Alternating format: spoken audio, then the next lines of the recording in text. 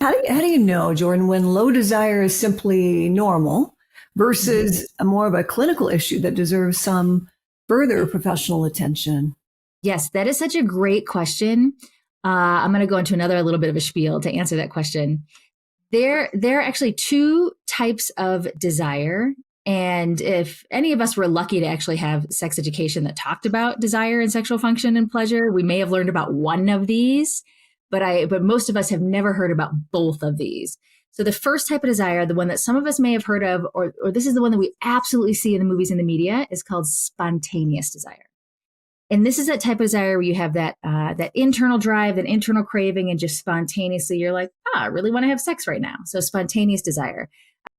But the second type of desire, which is equally important that we do not learn about, is called responsive desire. And responsive desire looks like this. You are sexually neutral.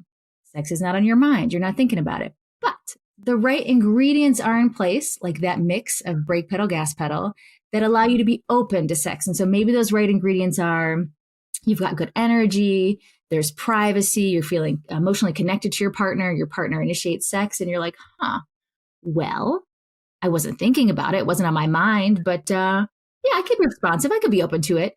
And then once the touching actually gets started, the body gets aroused, and then the mind goes, "Oh yeah, this is nice. Why don't we do this more often? This is nice." So that's responsive desire. And the way I describe that, like that's a slow cooker. That's a crock pot. The ingredients get put in, and it takes some time for them to simmer, and then eventually over time they get hot. So we got spontaneous desire, that's that microwave, and we've got responsive desire, that is that slow cooker or that crock pot. Okay, so now let's go back to your question of how do you know if your desire is just kind of normal? And normal's hard; it's a hard word to use. But how do you know if this is really a clinically diagnosable sexual health concern or not? This is where one of the first questions I ask my couples when we're in that assessment phase is I want to hear about their spontaneous versus their responsive desire, because most of the couples that come into my office, they're expecting that their desire should be spontaneous. And if it is not spontaneous, then they have a problem.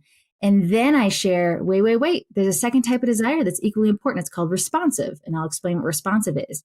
And a large percentage of time, once I explain responsive desire, individuals who are in my office will go, oh, yeah, I have that. Okay.